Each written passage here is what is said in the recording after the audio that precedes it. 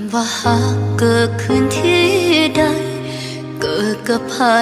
มันบ่สำคัญมันจะอยู่ตรงนั้นบ่หายตามกา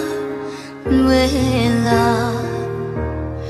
ว่าสิผ่านมาดนปานใดในหัวใจบ่เคยรันลายังจดจำทุกถ้อยว่าจาที่เฮาเว้าต่อกัน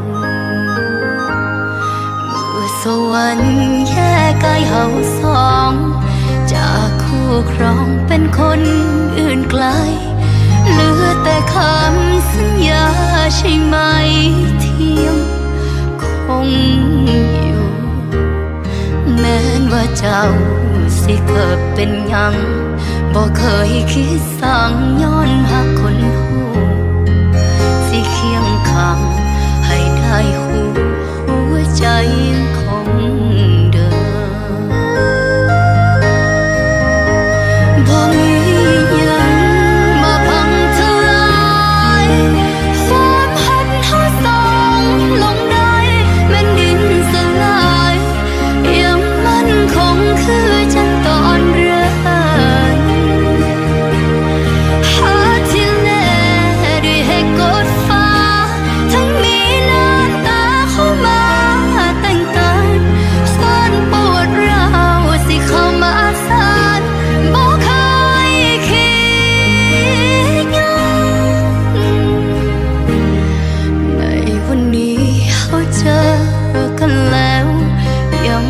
แล้วจำต้อง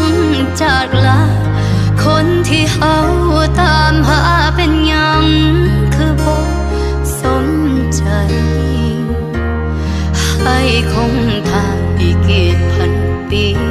ให้อยู่ตรงนี้อีกนานเท่าไรขอเพียงแค่เธอจำฉันได้ชาติไหนก็รอเธอ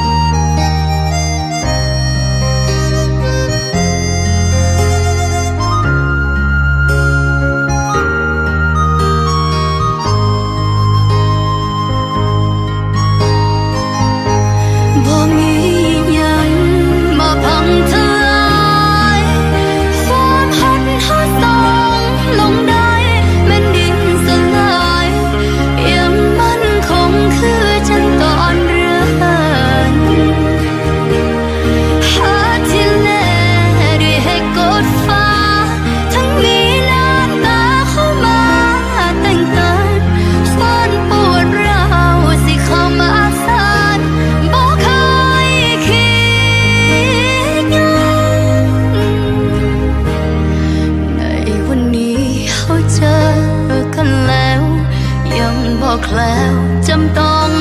จากลาคนที่เฮาตามหาเป็นยังคือบ่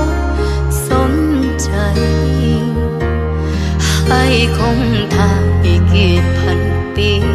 ให้อยู่ตรงนี้อีกนานเท่าไร